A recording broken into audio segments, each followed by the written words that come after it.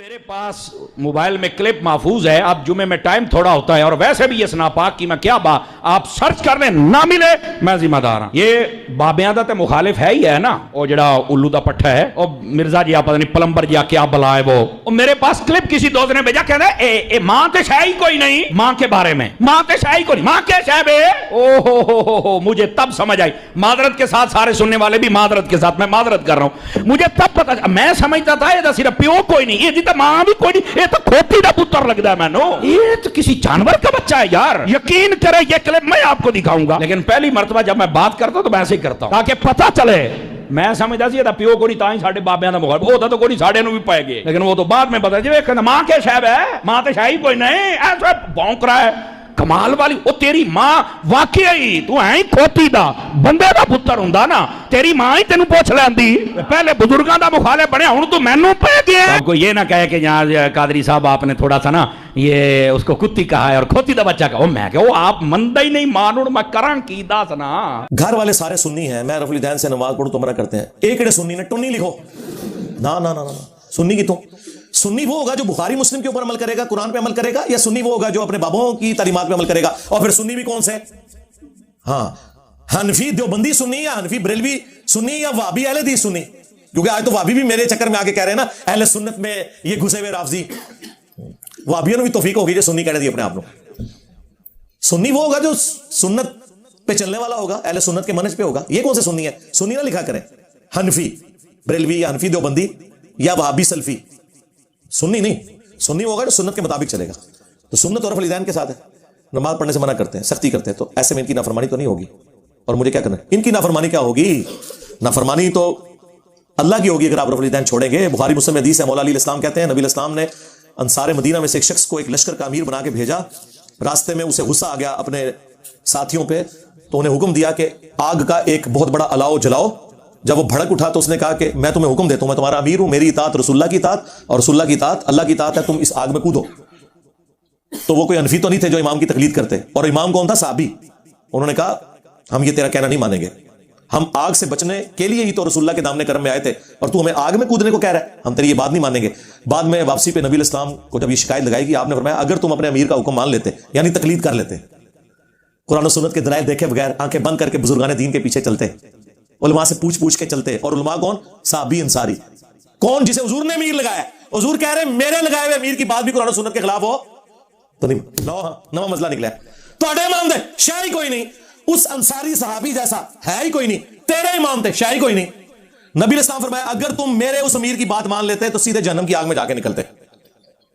اور پھر آپ نے فرمایا کہ مخلوق کی اطاعت صرف معروف میں ہے, منکر میں نہیں.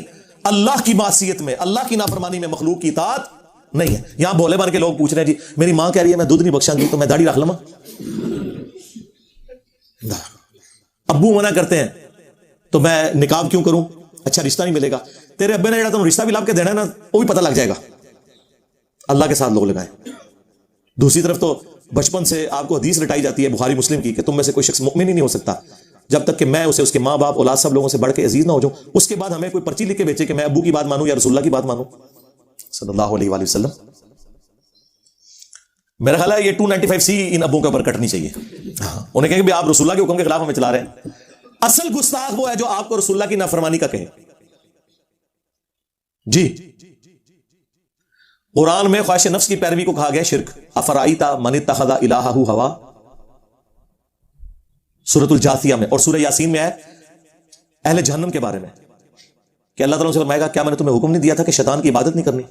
تو شیطان کی عبادت کون کرتا ہے, ایک چھوٹا سا فرقہ ہے سیٹنزم پہ چل رہا ہے جو پیورلی شیطان کی عبادت کرتا ہے. لیکن اللہ تعالیٰ تمام فاسقین کو کافروں کو کہہ رہے ہیں تم شیطان کی عبادت کرتے تھے. شیطان کا حکم ماننا, اس کی عبادت کرنا ہے. حکم ہی تو اصل میں ماننا ہے. پیغمبر کا بھی جو ہم حکم مانتے ہیں نا وہ اللہ کے اذن کی وجہ سے مانتے ہیں. من یطع الرسول فقد اطاع اللہ. حکم ایک ہی ہستی کا ہے جو قرآن میں ہے کہ حکم نہیں ہے سوائے اللہ کے. پیغمبر تو اس کا ریپرزنٹیٹو ہوتا ہے. پیغمبر شریعت ساز نہیں ہوتا, شارع ہوتا ہے اللہ کے حکم سے شریعت کو بیان کرنے والا. تو یہ ماں باپ جب کہتے ہیں تو انہیں حدیثیں سنایا کریں کہ نبی الاسلام نے منع کیا ہے کہ میرے سے آگے کوئی نہیں. تو بلکہ آپ یہ بھی کہنے کی ضرورت نہیں, اب آپ یہ کہا کریں کہ میرے نبی سا ہے ہی کوئی نہیں. ابا جی تسی تے شاہی کوئی نہیں, میرے نبی سا ہے ہی کوئی نہیں. ماں جی تسی تے شاہی کوئی نہیں. ٹھیک ہے. آپ یہ اور دیکھ لیں سرکار, یہ نبیوں کا طریقہ ہے یہ بات کرنا. جب تخت بلقیس وہ لے آیا تھا ایک درباری حضرت سلیمان علیہ السلام کا, کوئی فرشتہ تھا یا وقت کا پیغمبر تھا یا ان کا کوئی صحابی تھا, کوئی بھی تھا, اس کے اینڈ پہ تو ہونا چاہیے تھا حضرت سلیمان علیہ السلام کہتے ہیں واہ کیا کمال ہے سبحان اللہ, چاہے تو اشاروں سے اپنے کائی پلٹ دیں دنیا کی. نہیں, حضرت سلیمان علیہ السلام نے کہا ھذا من فضل ربی. اس کی بھی تعریف نہیں کی, اپنی تعریف بھی نہیں کی کہ میری نسبت کی وجہ سے اسے یہ ملا. ہاں کہا ھذا من فضل ربی, یہ میرے رب کا فضل ہے اور وہ چاہتا ہے کہ مجھے آزمائے کہ میں اس کی شکر گزاری کرتا ہوں یا ناشکری. یہ فرمایا حضرت سلیمان علیہ السلام نے کہ یہ میں تو شاہی کوئی نہیں. ہائے ہائے ہائے. اور یہی حال ہے حضرت زکریا علیہ السلام نے جب بے موسمی پھل دیکھے سیدہ مریم کے پاس, سورہ آل عمران میں آئے تو کہا یہ مریم کہاں سے ہے؟ انہوں نے کہا یہ اللہ کے پاس ہے. کہنا چاہیے تھا حضور آپ کی مرید نہیں ہو اور آپ تو وہ پیر ہیں جن کو اللہ نے میرا پیر بنایا ہے. خالو بھی تھے, پیر بھی تھے, مرشد بھی تھے. یار اس سے کوئی بہتر موقع تھا کہ سیدہ مریم کہتی کہ میں آپ کی اسٹوڈنٹ ہوں, یہ سارا آپ کا فیض ہے. ان کا ھذا من فضل ربی, ہائے ہائے ہائے, یہ میرے رب کے پاس سے آئے ہیں. حضرت زکریا نے بھی نہیں ان کو ڈانٹا کہ تم میرے بغیر ڈائریکٹ ہو گئی ہیں اللہ نال. ہائے ہائے ہائے, نا نا نا. حضرت زکریا کے بارے میں پھر قرآن میں آیا کہ یہ بات حضرت زکریا کو کلک کر گئی کہ میری شاگردنی, میری مریدنی اللہ تعالیٰ سے بے موسمی پھل پا رہی ہے اپنے حجرے کے اندر, کوئی درخت بھی نہیں اگا ہوا, تو اللہ تعالیٰ مجھے بڑھاپے میں کیا اولاد نہیں دے سکتا؟ وہاں ہے کہ وہیں پھر زکریا محراب میں چلے گئے کہ یا اللہ میں بھی تو ہوں. اور سورہ مریم میں تو آیا میرا سر جو ہے وہ سفید بالوں سے چمک اٹھا ہے, مجھے اولاد یعقوب کا, بنی اسرائیل کا وارث چاہیے, جو ٹیمپل آف سلیمان میں اس ہیکل سلیمانی کی خانقاہ میں جو توحید کے لیے بنائی گئی ہے. زکریا کے بعد اس مشن کو آگے توحید کے لے کے چلے. اور میری بیوی بانجھ ہے, میں بڑھاپے کی عمر کو پہنچ چکا ہوں, اللہ تعالیٰ نے دے دیا. یحییٰ علیہ السلام, تو دیکھیں کہ انبیاء کرام کی تعلیمات, ہم یہ ادھر یعنی پھنسے ہوئے ہیں.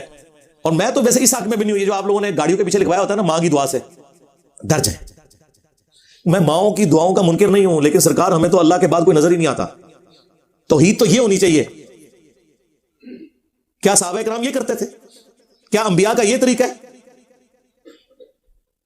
اور یا حضور کے سامنے ایک بندے نے کہہ دیا ماشاء اللہ و شئت یا رسول اللہ, مسند احمد کی حدیث, یا رسول اللہ جو اللہ چاہے اور جو آپ چاہیں. حالانکہ اس صحابی نے کوئی شرک نہیں کیا, ذہن میں رکھیے گا, کیونکہ صحابی کے دماغ میں بھی نہیں تھا کہ میں یار جس نبی کا کلمہ اس نے پڑھا ہے بت پرستی کو چھوڑ کے وہ اس نبی کو کیسے معبود مان سکتا تھا. صرف یہ کہا کہ اللہ کے بعد آپ کی مرضی کی. بات بالکل اپنی جگہ درست ہے, لیکن حضور کو پتا تھا کہ اس سے لوگ رزلٹ نکالیں گے, اور نکال لیا. آج بسوں پہ لکھا ہوا ہے اللہ نبی وارث. حضور نے فرمایا اجعلتنی للہ ندا, تو نے مجھے اللہ کے مقابلے پہ کھڑا کر دیا. بلکہ قل ما شاء اللہ وحدہ, کیا جو اکیلا اللہ چاہے. اللہ اکبر. اس نے نہیں کہا یا رسول اللہ میں آپ کو جو ہے وہ اللہ کی عطا سے آپ کا علم محدود مانتے ہوئے, اللہ کا غیر محدود مانتے ہوئے, اللہ کو مستقل بذات مانتے ہوئے, آپ کو غیر مستقل بذات مانتے ہوئے, آپ کا عطائی مانتے ہوئے, اللہ کا ذاتی مانتے ہوئے یہ عقیدہ رکھے ہوں. نا اس ٹائم میں کہانیاں نہیں سنونیاں. تو نبی علیہ السلام نے ہمیں کیا تعلیم دی ہے کہ گاڈ اورینٹڈ.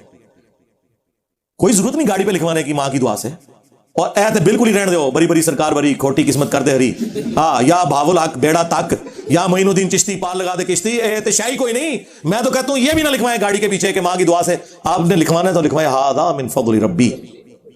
آپ نے لکھوانا ہے تو لکھے ما شاء اللہ سبحان اللہ لا حول ولا قوت الا باللہ انشاءاللہ. یہ ہمارے سلوگنز ہیں جو ہمارے پیغمبر نے ہمیں سکھائے ہیں, جو سورۃ الکہف میں یہ سارے سلوگنز آئے ہوئے ہیں. اے نبی آپ نے کبھی بھی نہیں یہ کہنا کہ کل میں یہ کام کروں گا جب تک آپ انشاءاللہ نہ کہیں. حضور کو کہا جا رہا ہے, نبی علیہ السلام انشاءاللہ کہنا بھول گئے تھے, وہی نازل نہیں ہوئی تھی. پھر سورہ کہف کے اندر ہی آیا کہ وہ جب باغ والا باغ میں داخل ہوا تو ما شاء اللہ لا قوت الا باللہ کہنا بھول گیا, وہ تباہ ہو گیا. تو اللہ تعالیٰ نے اس کی پھر غلطی ہائی لائٹ کی. جب اسے مومن آگے کہتا ہے تجھے تو چاہیے تھا تو یہ کہتا. اور سورۃ الکہف کا آغاز ہی ہو رہا ہے الحمدللہ الذی انزل علی عبدہ الکتاب. سبحان اللہ بھی سورۃ الکہف میں آئی ہوئی ہے. سورہ کہف وہ سورت ہے جس میں ہمارے چاروں بیسک جو سلوگنز ہیں نا, جو ہم مختلف مواقع پہ بولتے ہیں, جو مسلمانوں کی ٹریڈیشن ہے, الحمدللہ, سبحان اللہ, ما شاء اللہ, لا حول ولا قوت الا باللہ, یہ چاروں سلوگنز آئے ہوئے ہیں. تو ہماری تو تعلیمات یہ ہیں. ہماری تعلیم میں کہا ہے کہ یا معین الدین چشتی پار لگا دے کشتی, ہاں نا نا نا نا.